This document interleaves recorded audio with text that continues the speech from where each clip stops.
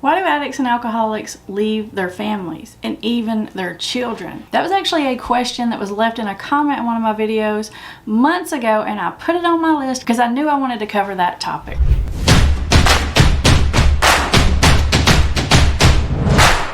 For those of you who are new here, welcome to Put the Shovel Down. This YouTube channel is designed to help you get your life and your family back from addiction so you can get back to living the life that you want to live. Now, when I read this comment about why do addicts leave their families and their children, the very first thought popped in my mind. I was like, I know, right? That's so unfair. Like, shouldn't it be you that leaves them or whatever?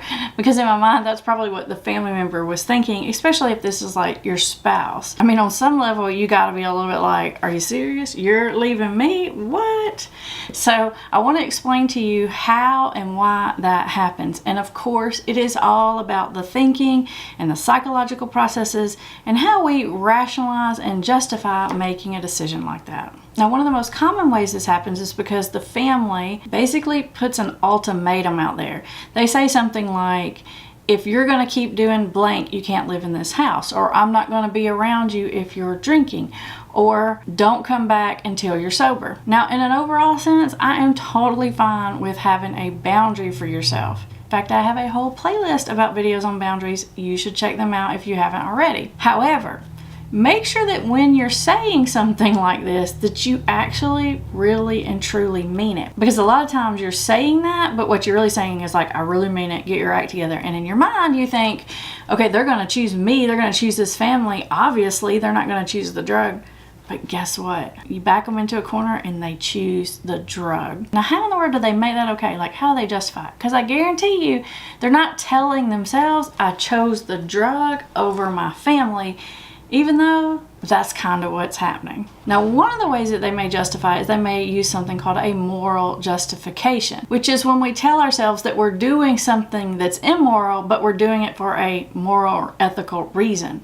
For example, I could tell myself, I'm just a bad, terrible husband, I'm a horrible father, the best thing I can do for my children, for my family, or for my spouse is just remove myself from the situation because I'll only be helping them. Now, on some level, you might be thinking, when you hear that, you might be thinking, well, I guess that is kind of selfless.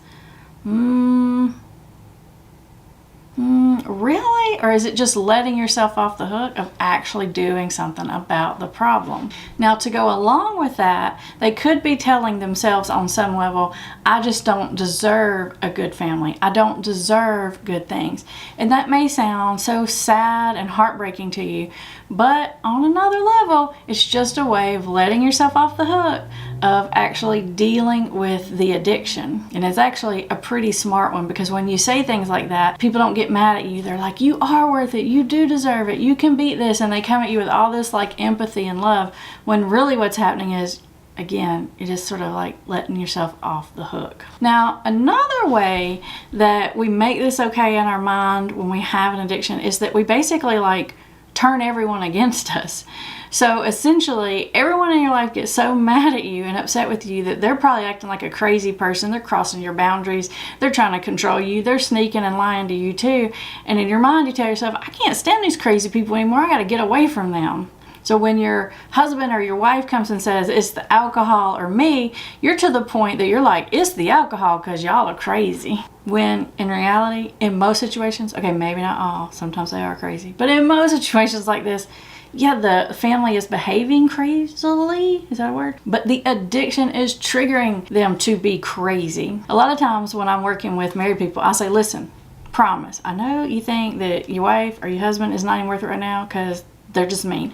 But if you get clean and sober for a couple of months, let's just see if they change. Let's see if they're still that mean. Because usually the things that the person's complaining to me about, the things that their loved one is doing, I'm like, that's a pretty natural reaction to having a husband or a wife or a spouse that's addicted to drugs and alcohol, honestly. And I think that that will go away if the substance abuse problem goes away. Now, another way that people with drug and alcohol addictions leave their families, open the door to that, is they kind of like force your hand on it.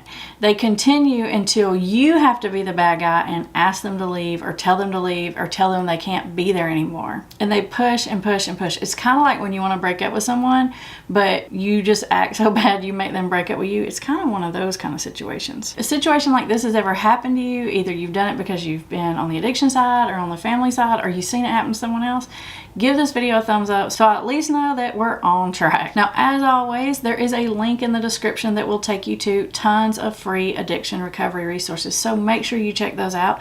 And up next for you, here's a video on, can a relationship with someone who has a drug or alcohol problem really work?